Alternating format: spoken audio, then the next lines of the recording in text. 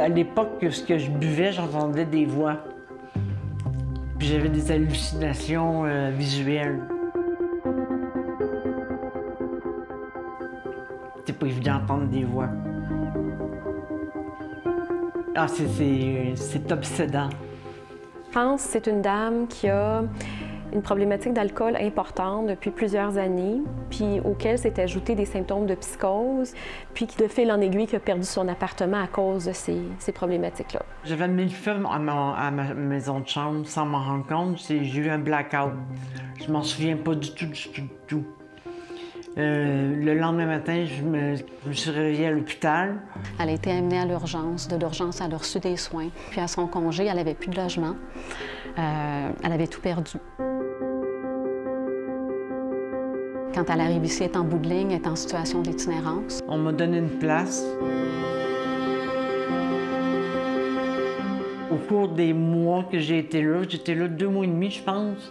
J'ai rencontré le psychiatre, les intervenants que j'avais besoin. Le programme PRISM, en fait, c'est une équipe d'une infirmière, un psychiatre, une psychoéducatrice et une intervenante. Le premier objectif du PRISM, en fait, c'est de stabiliser la personne au niveau de sa santé mentale. Par la suite, d'y trouver un hébergement adapté à ses besoins. On me fournissait les ressources au fur et à mesure que j'en avais besoin. Mais il était tout le temps là. Si j'avais besoin, j'allais cogner à la porte. Si j'étais occupée, je m'assoyais à côté de la porte et j'attendais. Elle avait des poursuites aussi aux criminels pour l'incendie. Fait qu'il y a toutes les démarches au niveau judiciaire. Trouver un avocat, aller au palais de justice. C'est quand même hyper stressant, tout ce processus-là. Donc, elle a besoin d'accompagnement, de support, de validation. Avoir des services de suivi dans une clinique, c'est exigeant pour les patients. Ils doivent se présenter à la clinique. Puis quand quelqu'un ne va pas bien, c'est très difficile. Ils ne sont pas capables de se présenter. Fait qu'il faut adapter les services pour répondre aux besoins de personnes comme ça qui sont en grande détresse.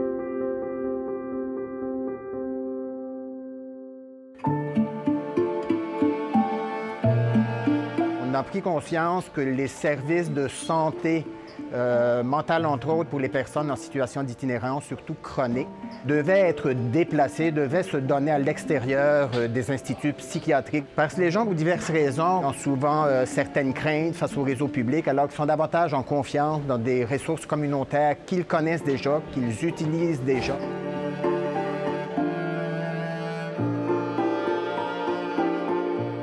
Bien, ça se passe doucement.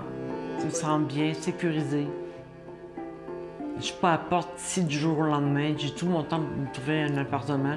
Ben, je lis. J'écoute la télévision. Je colorie. Pour me centrer sur moi-même. C'est très thérapeutique.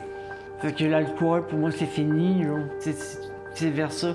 C'est vers ces ressources-là qu'on m'a donné pour arrêter complètement de consommer l'alcool.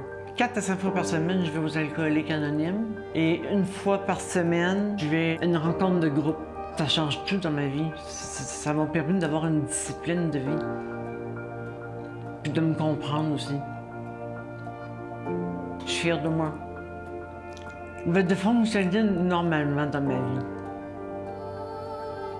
Ouais, c'est ma plus grande fierté. J'ai plus besoin de consommer rien pour être bien ou pour essayer d'étouffer quelque chose. J'ai du monde avec qui parler.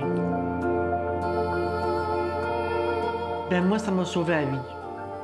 Puis ça m'a sauvé de la rue.